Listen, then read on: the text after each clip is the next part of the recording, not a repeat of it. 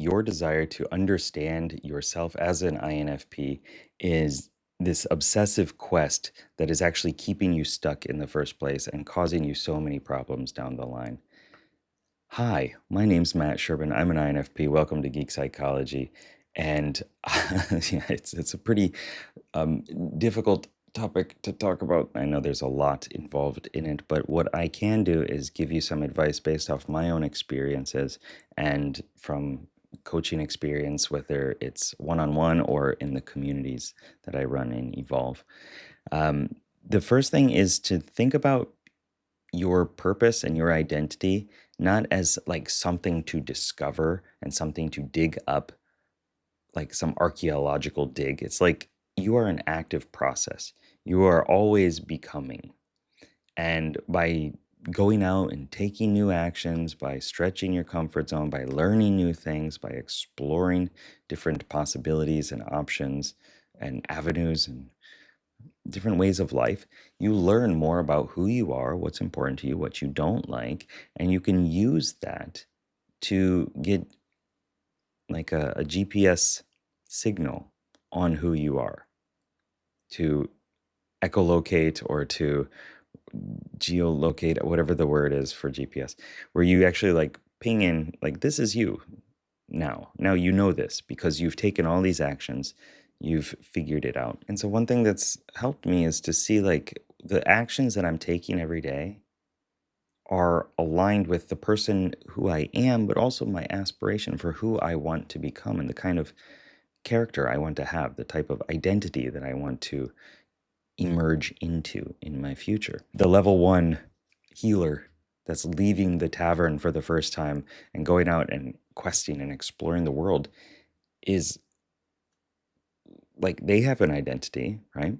But then also when they're level 90 or level 60 or whatever it is, there's an identity there too. And it's not that one is not the other. It's that the level 60, the level 90 version of yourself is like the level 1 version and the level 2 version wrapped around that and level 3 version wrapped around that. Like you've gained skills, you've gained expertise and understanding.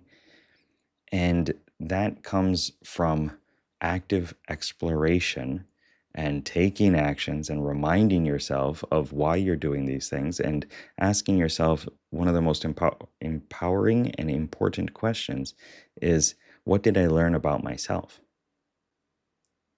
And then using that information and implementing and taking more actions that are either aligned with that, or if you don't like the response that you got, then say, okay, well, I took that action. That's feedback. I'm going to do something else because if I want a different result in my life, I got to take different actions. And one trap that a lot of us INFPs get into is we feel that waiting for perfect alignment is going to then spark this big bang of energy.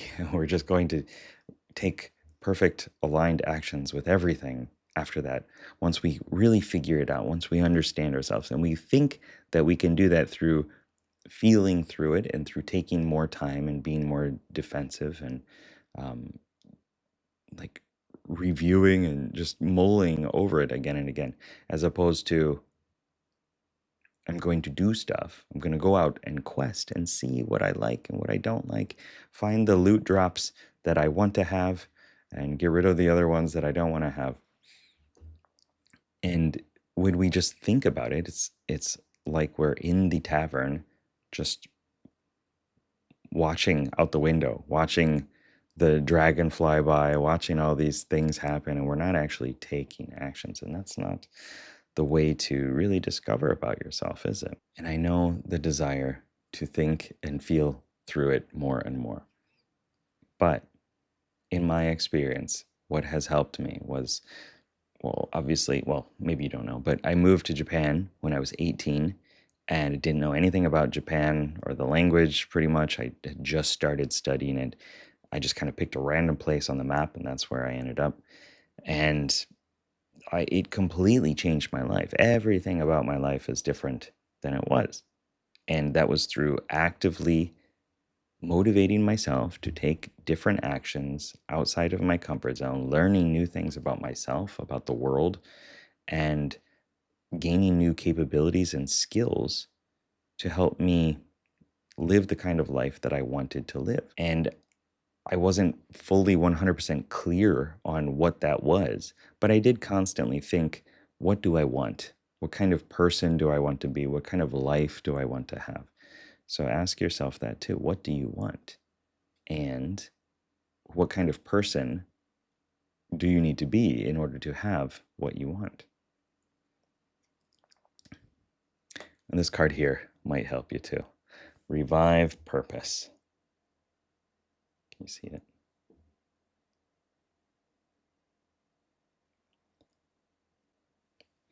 So think about what's important to you and what purpose you're living into. And maybe it's one that you forgot about. Maybe it's one that you actually haven't touched in a while. And bring back that purpose, bring back that motivation, and go actively seek your dragons and get the loot and the treasures and the pride from living more aligned with the kind of awesome person that you can be.